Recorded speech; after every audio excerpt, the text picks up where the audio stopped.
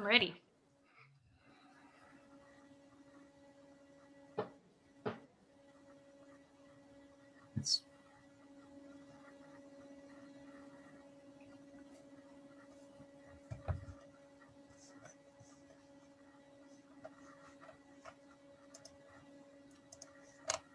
Meeting is now streaming live on Facebook. Okay, well, hopefully everybody can hear us. Sorry for the minute delay. We were experiencing technical difficulties, which is what my specialty is. My name is Matt Reitz. Welcome to our Evenings with Audubon program series.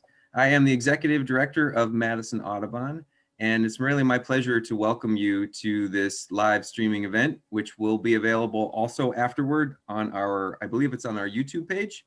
But we're live with a wonderful guest tonight. I want to just do a couple quick announcements, and then we'll move on to the program. We're hopeful for a lot of new things next year in a new and more connected environment. So stay tuned for our newsletter and to see, as we figure out the whole pandemic, how we reconnect through field trips again as things get safer. So we're hopeful to have a lot more field trips next year. So we'll make sure to keep you posted on that. One quick plug is that this is our year-end fundraising season, like everybody else's. So if anything inspires you, or if you feel we want to support birds and bird habitats, and so maybe you visited our sanctuaries and enjoyed some time out there, or have taken advantage of our programs, or appreciate the work we do with kids, we certainly welcome a donation of any size. So you can go to our website to find that. So I want to get out of the way and turn things over to Caitlyn Schuchhardt. Caitlyn we've been very fortunate to work with Caitlyn. She really got involved in birding through the Feminist Birding Club, and she's really just a wonderful ambassador for birding. She's written a lot of really amazing things in our blog that I kind of view Caitlyn as our sort of national celebrity, because people are picking up on her stories nationwide, and they're really resonating with people. And she's currently our part-time communications and outreach assistant at Madison Audubon. So she's here today to share a little bit about her love of birds, in particular winter birding, which is a really exciting time to bird, and she'll share a lot more details. So what is going to happen is that I will drop out. I will still be here, but you won't see and hear from me, and I'll monitor the comments below the feed, which you can submit questions about, or you can certainly share your observations or fun things that you observe in the winter too. Caitlyn will talk for about 45 minutes, and then we'll answer your questions at the end. I'll come back on and we'll try to moderate some of those questions. So with that, I'm going to turn it over to Caitlyn. Thanks, Caitlyn. Thank you, Matt. I am going to share my screen here so you guys can see this PowerPoint that I have made for tonight. And hopefully that is visible. So hello, everyone. First of all, I really want to thank you for tuning in tonight. I am excited to be sharing this presentation with you because most people don't necessarily associate winter with fantastic birding opportunities, but this is honestly the season that made me a birder. I got started birding late last fall, and I birded all winter long, and it was honestly one of the most satisfying and the most joyous winters that I've ever had. This can be a tough time of year, and like many people, I tend to struggle with the darker days and the cold and the challenging weather, but having birds to fall back on really made all of the difference. So if you find yourself kind of itching for a new hobby, one that happens to be perfect for social distancing, I would really encourage you to give winter birding a try. So what is on the agenda tonight? My main goal is to show you the incredible amount of diversity that you can find this season. We do lose a lot of species that travel further south during migration, but we also gain some really awesome birds that are coming down from way up north. So if you get nothing else from tonight's talk, I hope that you walk away just astounded by the variety of winter birds that you can find right here in South Central Wisconsin. I'm also going to briefly overview some tips for getting started with winter birding and talk about some great destinations that you can visit in our area. The last 15 minutes, like Matt mentioned, will be set aside for questions. So if there's anything that you're curious about or any bird that you want to know more about, pop your questions into the Facebook comment box and we'll answer them at the end of the presentation. All right, I could not make a winter birding presentation and not include this lovely comic about the 4 seasons of bird watching. Winter may not be as elegant as spring or as subtle like summer or magnificent like fall, but it certainly does have weird ducks. And watching all of the crazy and unique duck species that we get is an absolute blast. So we'll look at a lot of those weird ducks coming up soon. There are some other perks to winter birding though, especially when it comes to how accessible the hobby is. There's a lot of winter birding that can be done without ever leaving your car. So if you aren't up for wandering trails or trudging through the snow, you're in luck because some of the best winter birding doesn't require a lot of walking or even being out in the cold. This year in particular is also shaping up to be very exciting because it's looking like an eruption year for many species. For various reasons, often having to do with food cycles or population cycles, there are years when Arctic and boreal species travel much further south than usual, reaching us here in south central Wisconsin. That means that there's usually some extra special birds to find in winter. And like I mentioned earlier, this is really a hobby and an activity that can bring a lot of joy and a lot of wonder to your life during a time when I think we could all use a little bit more of that. Okay, so on to the birds. Like I mentioned earlier, I'm going to be overviewing a lot of the different variety of species that you can find in our region. I've split these birds up by habitat tonight, so we'll look at different species if you can find, if you're looking at on our lakes, if you're out driving country roads, if you're wandering the woods at your local conservation park, or even if you're right at home just watching your feeders. I've got a lot of bird pictures to show you, but probably not enough time to talk about each and every bird. So we'll go through a lot of these as a quick overview, but if you have questions about a certain bird that you see, don't hesitate to ask. All right, let's get started with what you might find on our lakes and the many bodies of water in our region. Waterfowl migration has kind of gotten off to a slow start this year, likely because it's been so warm. Ice cover is usually what pushes waterfowl further south. So if there's no ice yet up in the northern regions, they don't really have a reason to move. So since that's happening a bit later this year than usual, we're seeing a lot of our waterfowl numbers kind of not picking up until later. The good news for you then is that you still have a lot left to see. Here we have a selection of geese and swans. Geese may not necessarily seem like the most thrilling bird to go looking for, but I think your opinion on them may change when you see them gathered by the hundreds or the thousands even as they prepare for migration.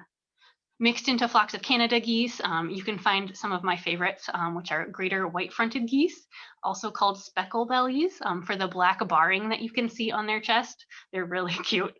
And a few snow geese. And then we have one of my favorite winter birds, the tundra swan. Our region will see both tundra swans and trumpeter swans, but we'll get tundra swans in much, much greater numbers than we'll see trumpeter swans.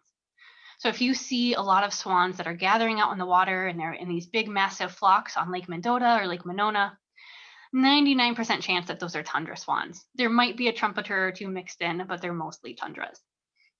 These two species look incredibly, incredibly alike and can be notoriously difficult to identify. Your best chance is really listening to them and seeing if you can hear the trumpeter's very trumpet-like call.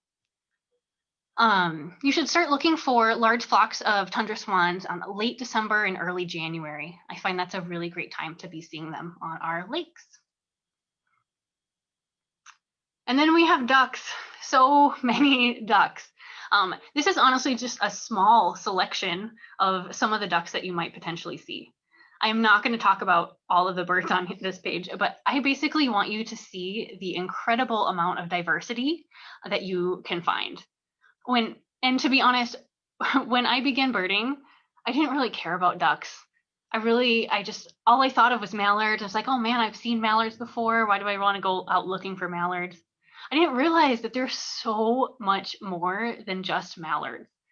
So then I saw my first bufflehead and I was immediately hooked. You can see the bufflehead down here. They are a tiny diving duck.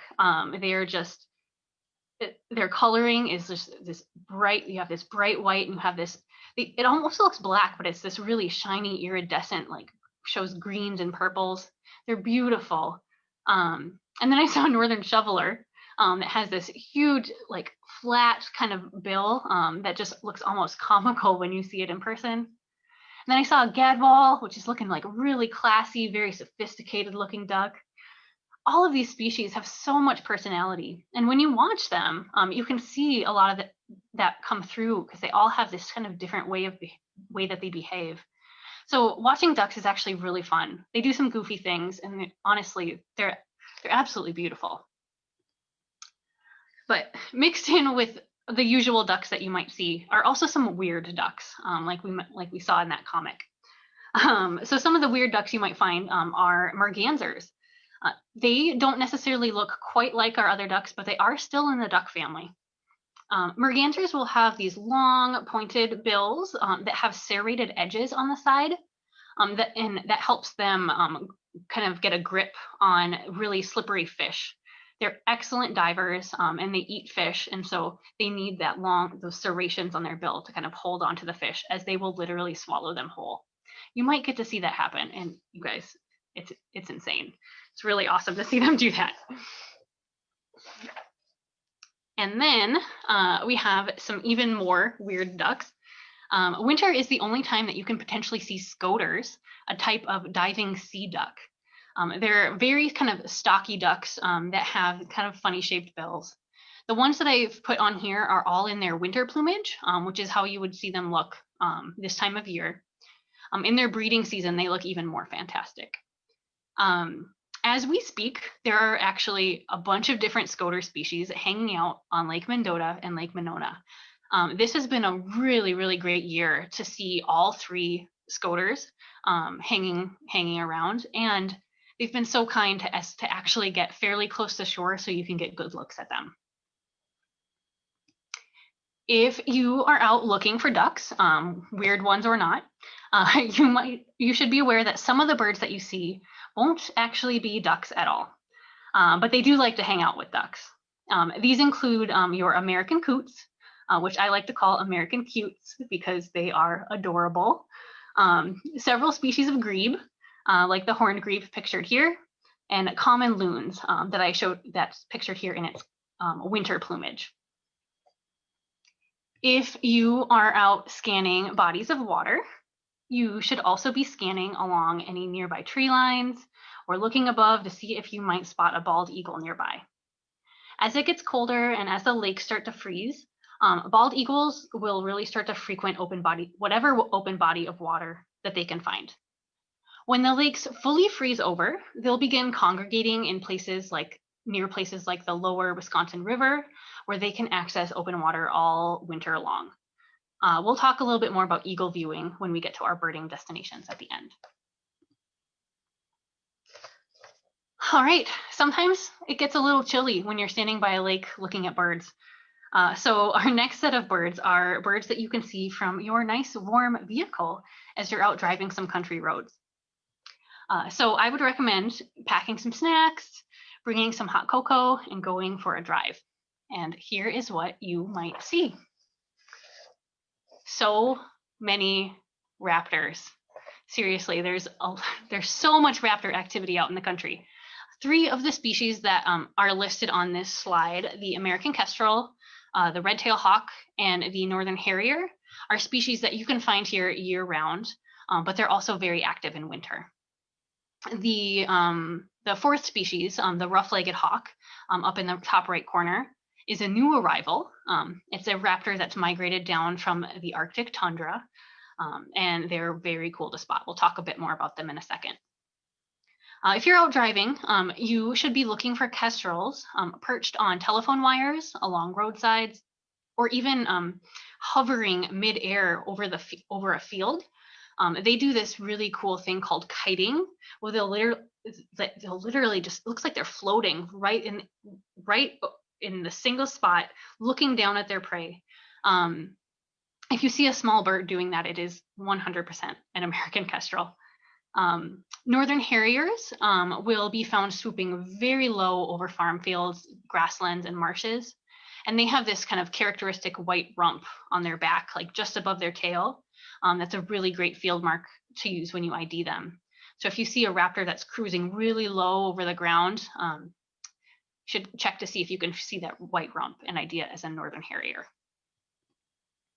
I want to talk a little bit more about rough-legged hawks, because they are such a treat to see, and winter is the only time that you can find them here.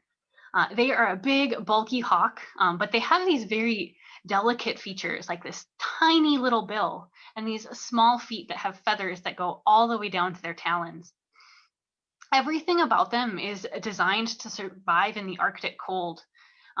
Their smaller features mean that they have less of their extremities exposed to the cold, and it helps them kind of retain heat.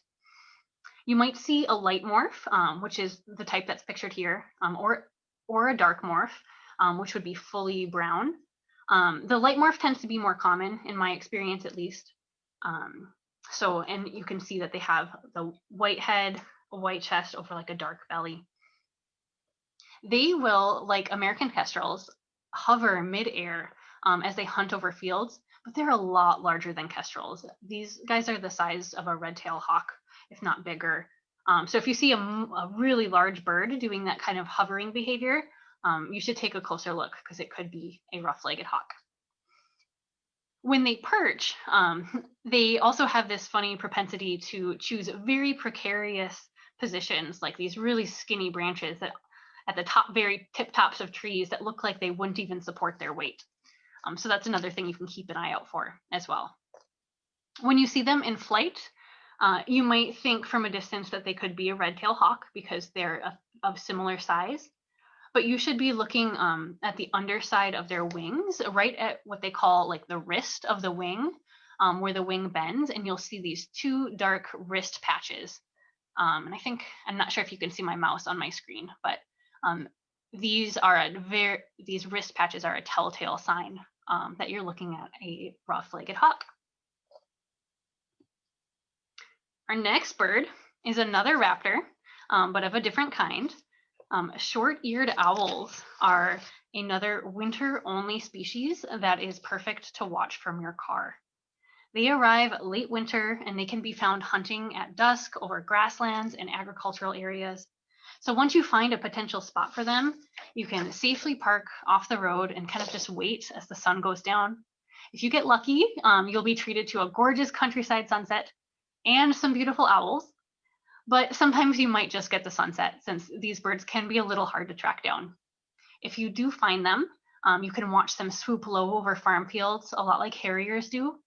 You can look for their very long wings with a small body and this absolutely gorgeous eye makeup that they have. Looks like they're wearing some really dark eyeliner. This next bird is one that I am sure you were all hoping to see. Well, we are still pretty early in the snowy owl season. This year is shaping up to be a pretty darn good year for finding them. It feels like the number of sightings in Wisconsin keeps increasing every week. Finding a snowy owl, even if you know that there's one in the area, can take a lot of patience. They seek out places that remind them of their wide open, treeless Arctic habitat, so you'll often find them way out in the country. Your best bet is to go out driving country roads, looking on telephone poles, on hay bales, on agricultural equipment to see if you can see them perched somewhere. I would also recommend that you investigate anything and everything that looks like a distant plastic bag. I'm serious. My very first snowy owl sighting looked absolutely nothing like these pictures. It was nestled very deep into a cornfield with just its head poking up. From a distance, I could have sworn it was just a random piece of trash or like a plastic bag, but I pulled over anyway, and then I saw it look at me, and I was so glad that I had stopped. So your own snowy owl experience might be a lot similar to that. So you really, really have to investigate everything that you think could be a distant bird. While we are on the subject of owls, and snowy owls in particular, it is important to mention that some things about viewing etiquette and birding ethics. As exciting as these birds can be, we really do need to give them their space. They have traveled a very, very long way, and they need to focus on their survival, not on a crowd of people that are trying to get way too close to them. If you find a snowy owl while you're out driving, I would really encourage you to stay in your vehicle. It serves as a great blind, and if you get out of your car, you're more likely to just flush the bird and stress it out. If it's perched on a telephone pole, do not drive directly underneath the telephone pole and park there just so you can get a better look at the bird. Driving by it is one thing, but parking directly underneath it, that's going to stress it out. So stay further back, view it from afar with your engine turned off. You should also be aware of signs that a snowy owl might be stressed, like it continues to turn and stare at you, or it flushes and re-lands somewhere nearby. Be grateful for your sighting, but don't let your excitement get in the way of your common sense. We really want to enjoy and protect these birds, so it's important that we treat them with respect. As you're out driving, looking for your snowy owl, you might also want to keep your eyes peeled for northern shrikes.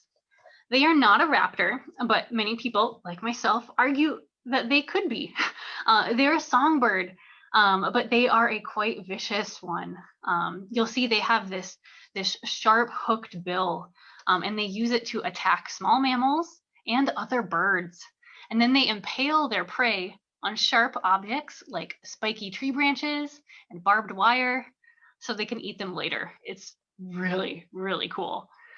They are known for perching at the tip top of trees that are out in the middle of like open fields. So if you're driving and you see a tree in the distance and there's a single bird perched at top, you need to investigate that because that sounds like a northern shrike. You might also want to keep your eyes on the edges of the road for any small flocks of birds that might flush up as you drive by. If you stop to take a look and let the flock kind of settle again, you might see any of these 3 winter-only passerines, the horned lark, the snow bunting, and the Lapland longspur. They're very small and very flighty, but chances are if you're out driving country roads, you're probably going to flush them off the side of a road.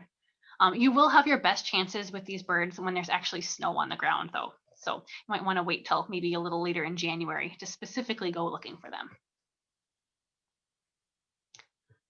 All right, well, staying warm in the car is nice, but there is a special joy in bundling up and walking through some snow-covered woods, if we get any snow soon, that is. There's a lot to see at your local conservation park, whether you're wandering through the woods or wandering through the prairies that are out there. And woodpeckers are always a winter highlight.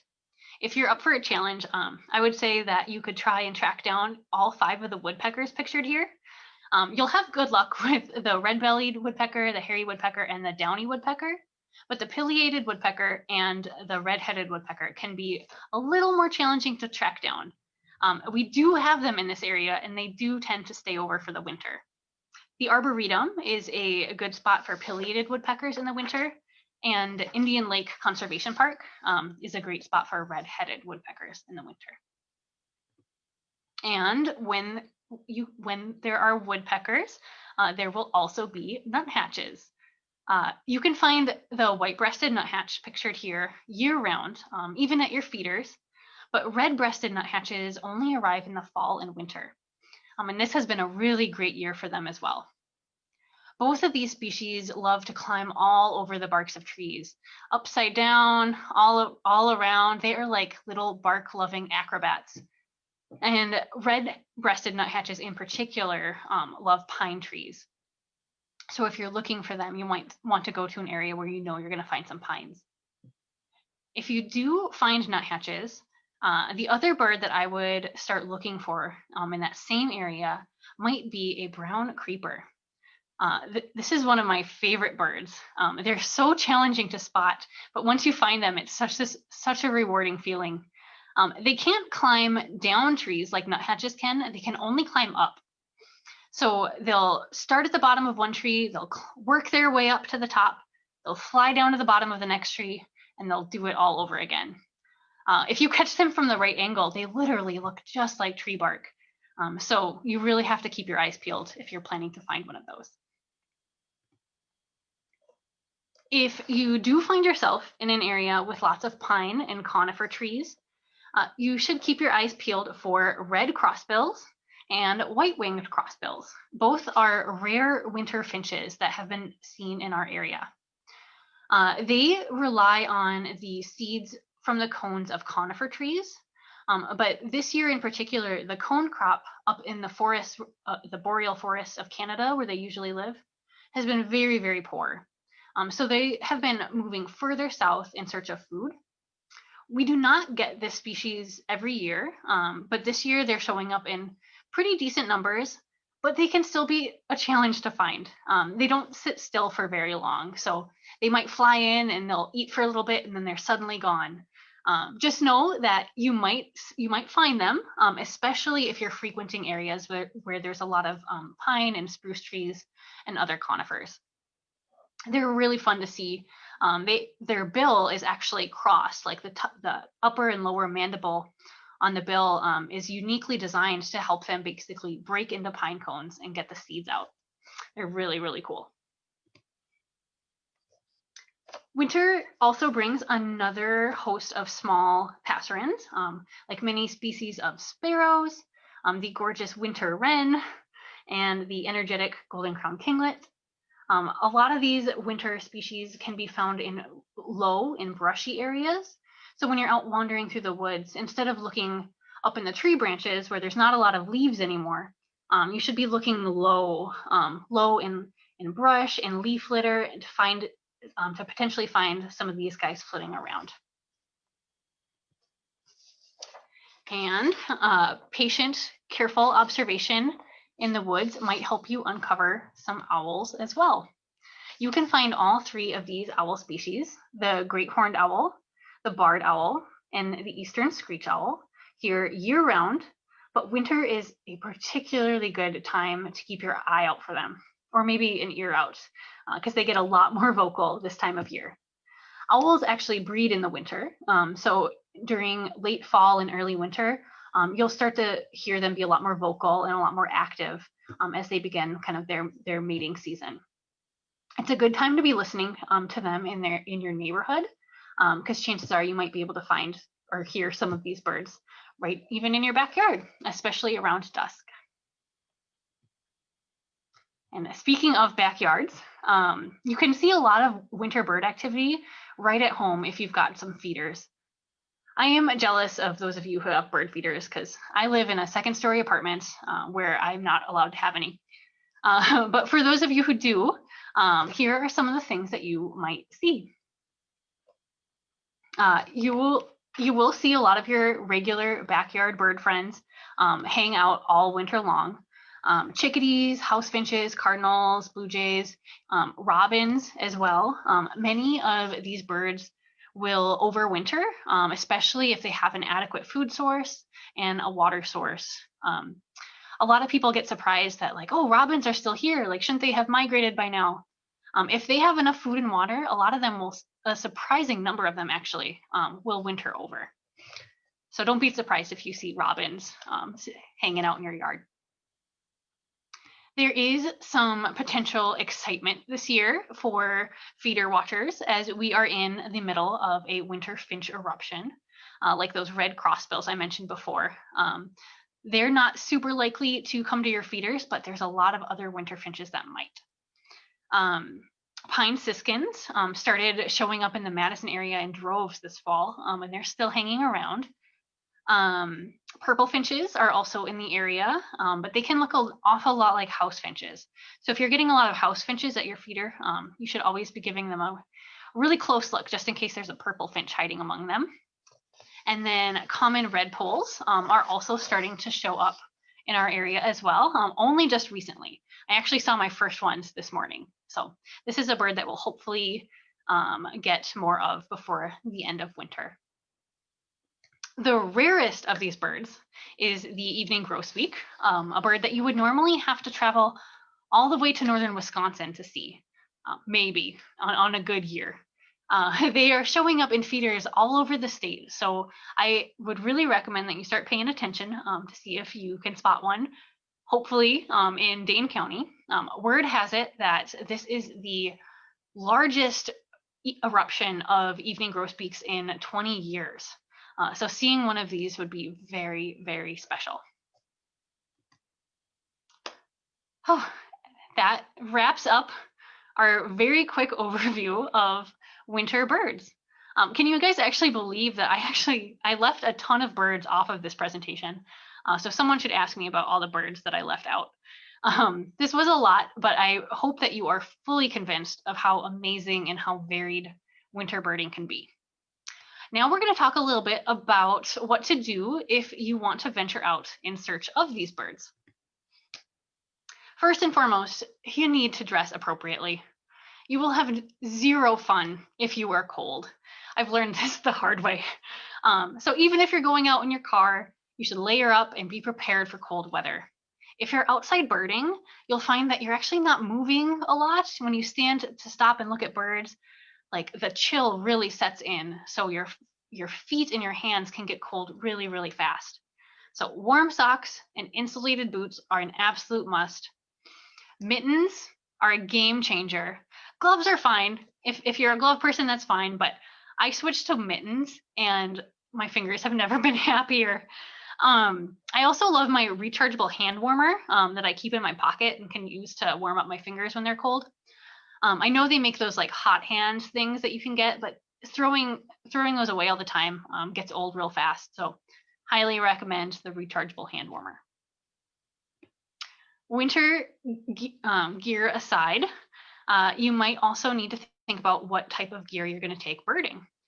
Binoculars are obvious, but if you're not in the position to buy some, you may be able to make do with a camera that has a decent zoom lens just to get you started. You'll also want to consider a field guide that can potentially help you ID what you're seeing. I'm a big fan of the Sibley's that's pictured here. It's an eastern guide, so I know that it's only going to show me birds that I can find east of the Rockies and not confuse me with birds that might not even be in my area.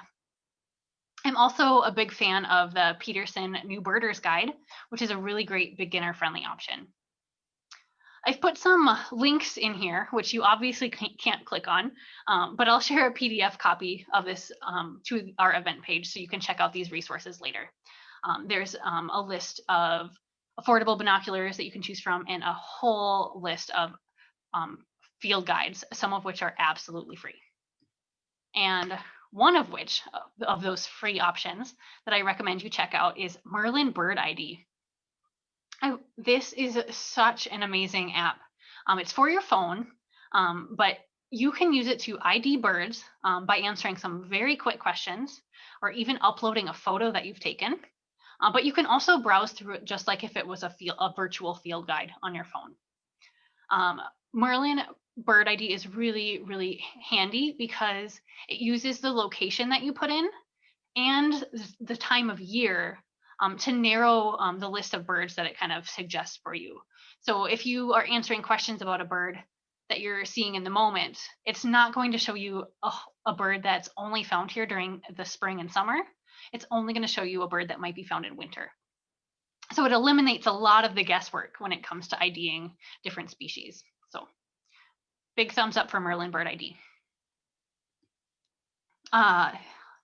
So here are some resources specifically for folks that are getting into the hobby. When you're getting started with birding, the best thing to do is really to go out on field trips with other birders and learn from them. but that obviously could not happen this year. So one of our solutions to that problem has been the Entryway to Birding blog that we have on the Madison Audubon website. I write this blog, and it has a lot of great information about birding culture, about how to get started with birding, where to go, anything and everything you can imagine. Plus a whole lot of support and encouragement, because birding can be really challenging when you're just getting started. So if you've ever found yourself feeling overwhelmed by this hobby, you should really check out the Entryway to Birding blog, because I've got you covered on that front. I would also recommend that you check out eBird, which is a really awesome citizen science platform where you can report bird sightings. You can report your own bird sightings on there, but you can also browse what other people are seeing, so you have an idea of what's being found in your area. This is a really great way to see if there's a snowy owl near you, and learn where you might focus your search for one. And if you are on Facebook, there are also a bunch of very helpful birding groups that you can join. What's This Bird is not necessarily a Wisconsin-specific group, but it's a great page where you can post any questions you have about bird ID, post photos of birds that you're not sure what they are, and someone will like immediately jump in and help you out. Birding Wisconsin and then Dane County Notable Birds are both really helpful groups for kind of getting a sense of what people are seeing in your region and in different parts of the state. I would also recommend subscribing to the DNR's statewide birding report. That will give you a weekly update on everything new that's happening in the bird world in Wisconsin. So this is a nice kind of weekly report that gives you an idea of what might be happening in your area or what you should keep an eye out for. All right, to wrap things up tonight, we're going to look at some places that you can go to enjoy all of these amazing birds. First and foremost, you've just got to check out Madison Audubon's sanctuaries. These really are the place to be, no matter the season. Goose Pond gets flooded with waterfowl during fall and winter migration, and it's the perfect place to go to see all of those weird ducks and geese and tundra swans. Otsego Marsh, a property that we just recently expanded, also has great habitat for waterfowl, plus some lovely woods that you can wander through. And Fayetteville Grove Sanctuary has an incredibly diverse mix of habitat, from oak savanna to marsh to woods and more, where you can go on these gorgeous winter hikes and see a lot of good birds in the process. If you are up for a slightly longer drive or taking a little day trip, there are a couple of places that you might go as well. Buena Vista Grasslands up near Stevens Point is a winter hotspot for raptors of all kinds. It's basically a set of country roads that meander through these protected grasslands, and you can go looking for perched snowy owls, for rough-legged hawks that are hunting over the fields, for northern shrikes, for harriers, you name it. Buena Vista Grasslands is a great spot for winter raptors. Once we get a lot of snow, the roads up there can get a little tricky, so you might want to keep that in mind. If you end up joining one of those birding Facebook groups that are Wisconsin specific, you'll see around this time of year and throughout the winter, people post on there asking, like, does anyone know what the road conditions are like up at Buena Vista right now? And it's kind of nice to be able to get that little inside tip on whether or not they're really rough and might not be suitable for your tiny little Toyota Camry, or if you need to get a sturdier vehicle to handle that. If you would like to see eagles, lots of them, you should drive up to Sauk Prairie once the lakes freeze over. When the lakes in our area are frozen, eagles will start congregating near open water, and they'll roost communally in the trees and along the cliffs over the lower Wisconsin River. This is the one time of year where eagles tend to gather like this, and it can be really exciting to see so many of them at once. Horicon Marsh is another popular destination, especially for waterfowl migration. This place is huge. I don't know if you've been out there before, but it is massive, and you could probably spend all day just driving around. And in the process, you'll probably see a lot of waterfowl, and you'll see a lot of raptors as well. My little pro tip on here is if you take a peek at eBird for each of these locations, you can get a sense of what other people are seeing in the area. So you can have an idea of like, oh man, is there a lot of waterfowl out at Horicon right now? eBird will kind of give you an idea of what other folks have been seeing before you make your hour-long drive. A lot of winter birding, like we have seen, is driving around and looking for things in the countryside. We have a lot of potential places that you could go in our area. I would recommend picking a wildlife area or a state natural area near you that you know is also near some agricultural land. Birds really like these edge habitats where you get kind of two different type of habitats kind of converging. Places like Bellbrook Road, which runs along Brookland Wildlife Area near Belleville, is the perfect example of this type of habitat. It's known for attracting short-eared owls and harriers. In previous years, snowy owls have been found hunting farm fields up near Goose Pond. So picking a kind of a protected wildlife area that's also near some agricultural land is a good way to start your search for those birds as you narrow in on those edge habitats. You can find most of the raptors that you're looking for during the day, except for short-eared owls, which are only going to start flying near dusk. If you're looking for them, you should find a safe spot to park your car near some good potential habitat and just kind of wait. And hopefully you'll find one in that area. But if nothing else, you'll get to enjoy a nice country sunset. You can also use the species map on eBird to tell you where certain birds have been. So if you're looking for snowy owls or short-eared owls, you can check to see if other people have reported them in potential areas, and you can really narrow your search so you're not driving like aimlessly. Keep in mind though that not everybody puts those sightings online, so the absence of them on there doesn't necessarily mean that they're not around. If you are in the Madison area, we have endless places to bird. You can look at a map of popular birding hotspots on eBird to show you where you might go and what other people are seeing. But heading to any of the destinations on this list is bound to get you some good birds. A place that I would keep an eye on, especially as the lake starts to freeze, is the UW Lakeshore Nature Preserve and University Bay. When Lake Mendota begins to freeze, University Bay is usually one of the last areas of the lake to fully freeze over. And so a lot of the waterfowl end up getting like pushed into this smaller and smaller area as the lake freezes, which means that you get better looks at them as they get closer to shore. And you get a lot of variety in one spot. So that can be really fun. So keep that one in mind. All right, if you need more ideas yet and are still at a loss of where you might go, I would also recommend checking out the Great Wisconsin Birding and Nature Trail. This covers different regions throughout the state of Wisconsin.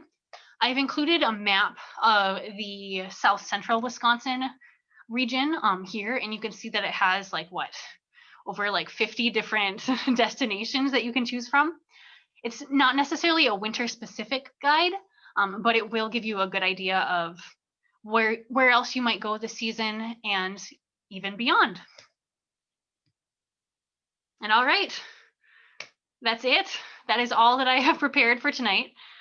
So I really hope that you are all feeling excited by these new birding opportunities that await you this season.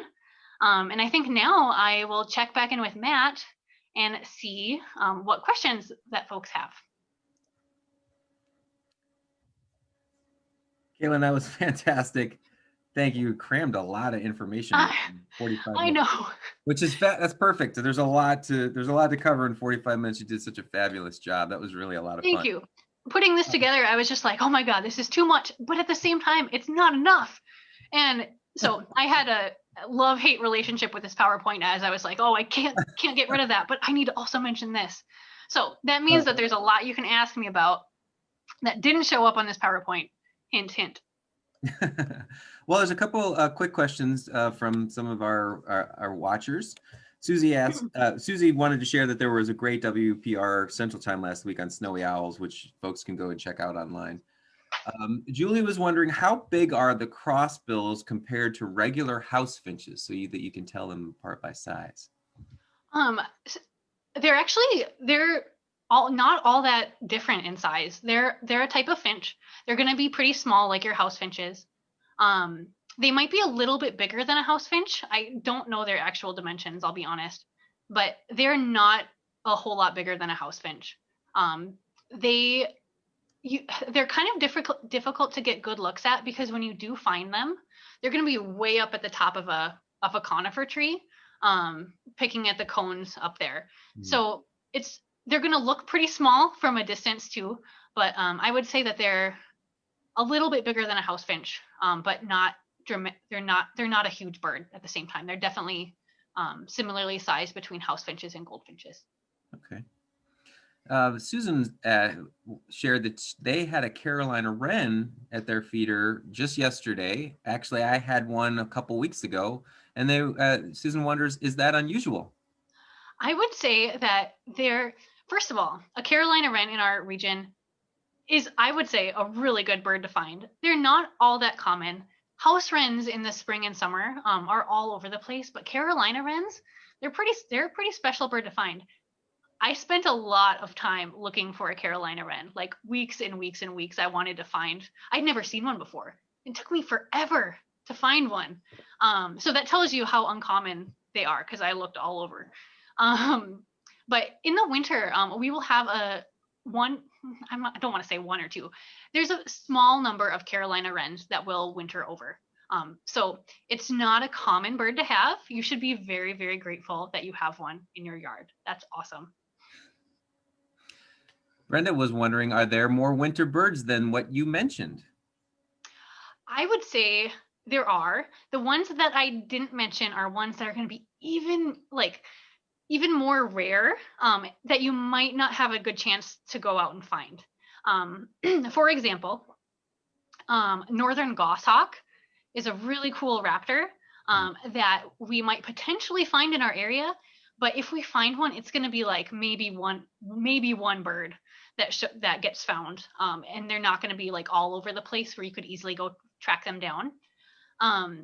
They're another bird that only travels this far south in kind of eruption years, so their presence is really unusual. Some other birds that for example, today I saw my very first common redpolls. Mixed in with those common redpolls was a hoary redpoll, which is a very similar to a common redpoll, but much, much less common. I didn't mention those because they almost look identical to common redpolls. So there's a couple other species like that they're winter specific, but they're not very easy to find. So I left those off. The other notable absence from this is Cooper's hawks and sharp-shinned hawks. I could have mentioned those when we talked about backyard birds, but I got into this whole debate about, well, if I talk about Cooper's hawks, I have to talk about how to ID a Cooper's hawk versus a sharp-shinned hawk. And they look so similar sometimes, and then you have the adult plumages and the juvenile plumages. You guys, that could have been a 45-minute presentation in and of itself. So I left Cooper's hawks and sharp-shinned hawks off of the PowerPoint, but chances are this winter, if you have feeders, you'll probably see at least, if nothing else, a Cooper's hawk visit your yard at some point. Sandy was wondering if there is a digital camera or binocular that you like, or how would you go about advising people how to choose those kinds of things for themselves, binoculars or gear? Yeah. For binoculars, I would say there are some really affordable options that you can choose from. My very first set of binoculars I think it was only $125. It was the Nikon ProStaff 3S. They were 8x42s, which is probably what I would recommend for a beginning birder. That's the magnification level. They're a solid pair of binoculars. They're really good at a really affordable price point. you might get a little bit of sticker shock when you start looking at binoculars, because you can get really nice ones and they're going to cost you a pretty penny. And so don't be intimidated by that. You don't need fancy gear to see birds. You could, honestly, you don't even need binoculars sometimes to see good birds. So if you do have a camera, like I have a point and shoot camera that has a really nice zoom on it, and I can use that if I don't have my binoculars with me. So there are options that you can get around that. But if you're able and it's in the budget, getting a nice affordable pair of binoculars is a great investment that you can use literally for years and years and years and years. You should even check to see if maybe like someone in your family has a pair of binoculars up in their attic, because a lot of people tuck them away and kind of forget about them, but you can dust them off this winter. And the technology has come a long way. The prices have come way down. There are very expensive binoculars out there. I would reserve those for the people who are trying to identify everything that they ever see. You do not need expensive binoculars. The optics are fabulous at low prices. Yep. So I just wanted to echo that. And they're very specific to you. Sometimes the way that the way that they hit your eyes are different, and the way that they feel in your hands are different. But there's a lot of good binoculars out there. Yeah. And I would say there's also some that are a lot smaller these days than, like, if you're someone that struggles with like neck strain and like having to have a pair of binoculars around your neck really is bothering you, they make some nice smaller ones that you can fit in your pocket, and then you can have them for emergency birding situations when you run across a really cool bird. So you can get a lot of very affordable, very much meet your needs type of binoculars out there. And one of the links that I shared, that I'll share in the PDF that I send you guys of this, does have a link to basically binoculars by price point guide, where you can look at some of the really great, awesome, well-reviewed ones that do come in at a lower price point. Thank you. Another question here is, Laura has injured birds that come to her feeder, and they tend to be house finches. And have you ever experienced house finches sort of being prone to injury, and if so, why? Have you ever seen that? I'm not. It kind of depends on what type of injury you're talking about. I would say house finches are prone to some bird illnesses. Like, I think it's like a type of like conjunctivitis that they get from visiting feeders that haven't been cleaned very well. And so you might see that they have like crusty stuff around their eye and they're looking pretty ill. I don't know if that's the type of injury you're talking about. If you do notice house finches that are coming to your feeders like that, that's a sign that you should immediately take your feeders down. You should give them a deep cleaning. They probably didn't get sick at your feeders. They probably got sick at someone else's. But the moment you see one of those birds, that means that they've kind of contaminated that area and they could get other birds sick. If you're talking about illnesses, injuries that are like physical injuries, I don't quite know what that would look like, but it could be a sign that maybe that bird was maybe attacked by a Cooper's hawk or another type of raptor, but it somehow escaped.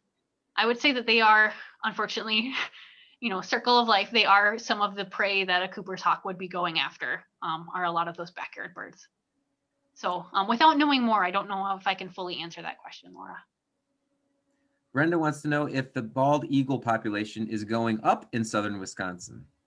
Yes, it is. And I know that because I've been volunteering with Madison Audubon's Bald Eagle Nest Watch program, which is a really great citizen science program where we monitor bald eagle nest sites throughout, I think, 10 different counties. And this year there's, I think, a whole new set of nests up in the Fox River Valley. Right. You can look on our website on Madison. I think it's Madison Audubon /BENW for Bald Eagle Nest Watch to get more information about that program if you're interested in participating or learning more. But we can say that bald eagle numbers have definitely been increasing, and they're doing really, really well. I know many years ago that wasn't the case, but now we have a lot a lot of protections in place for them, and things are looking good. Any comments about golden eagles? About golden eagles? Yeah. Yes. So golden eagles are not necessarily a bird that you're going to find in our region of Wisconsin. They are more of a western bird, and their range doesn't always head our way. But right now, if you're interested and you want to make a trip to Devil's Lake, there are 2 golden eagles up at Devil's Lake. If you park on the east side of the park, at the Ice Age Trail at Rosnose Meadow, you can park in that parking lot. You can look east towards the bluff, and you might see them soaring over the east bluff. They soar over that prairie. Late afternoon is great because it's a little bit warmer in the day, where they get some of the drafts that help them kind of soar a little bit better. But there's 2 golden eagles up there, and they're still there. I keep seeing them reported on eBird. I don't know if they're going to spend the winter up there or not, but they are a fairly rare bird to find in this far east in Wisconsin. So exciting find for sure. They do obviously look a little bit different from bald eagles, but juvenile bald eagles, which also can be all brown, can look a lot similar to golden eagles if you're not looking very carefully. So don't necessarily confuse a completely brown eagle with a golden eagle when it could be a juvenile bald eagle. Bald eagles take four years to get to full maturity where they have that fully white head. So that just because you're seeing a brown eagle doesn't mean it's a golden eagle. However, if you do want to see a golden eagle, you know where to find one now. Yeah. Hot tip. Yes. Speaking of hot tips, any hot tips for finding owls? For my qualifier for that question would be what type of owl. Yeah, good question. If you are looking for owls out in, let's say you're out at a local conservation park that you like to go to, so it's in a natural area, it's kind of in town, kind of on the edge of town, I would say your best opportunity to hear owls, if you want to hear them actually vocalizing and making their noises, would be towards dusk, like late afternoon, early evening, as it starts to get dark. If you want to see an owl, honestly, I've seen owls in the morning, I've seen them at lunchtime, I've seen them in the afternoon. So you can find them roosting in a tree during the day if you look very, very carefully for them. They have a tendency to perch high in, like great horned owls and barred owls in particular will perch high in trees directly next to the trunk. So if you're just looking around and you're looking through the trees, they're so easy to miss. They kind of tuck themselves like right up next to the trunk, and you could just like look right by them because A, they're really well camouflaged, and B, they just look like an extra lumpy part of the tree. So if you really want to find an owl, I would start scanning those branches and looking for any weird irregularities that you might see, any strange lumps or bumps. That's like, oh, that doesn't look right. Is it just a knot on the tree? Or nope, it's an owl. So looking very carefully and being very patient, I would say are my 2 hot tips for owls. Well, I think that we're pushing right up against at our 8 o'clock time period, and I think that's a great place to end. I just wanted to thank everybody again in joining us. Really appreciate Caitlyn's presentation today. Really thoughtful and just great prep, beautiful photos. Really, thank you so much for doing this for us. And the last thing I'll say is that I hope you all enjoy the opportunity to get out and do some winter birding. Please feel free to reach out to us with more questions or to find out more resources. Absolutely. Feel free. My email is obviously right here on this slide, so feel free to send me some questions if you have them. If you have more questions on tonight's presentation, if you leave them in the Facebook comments, I'll make sure to go through and respond to them as well. Fabulous. Well, thanks again. We hope you all have a happy and safe holiday season and lots of successful winter birding. All right. Thanks for watching. Take care, everyone. Bye.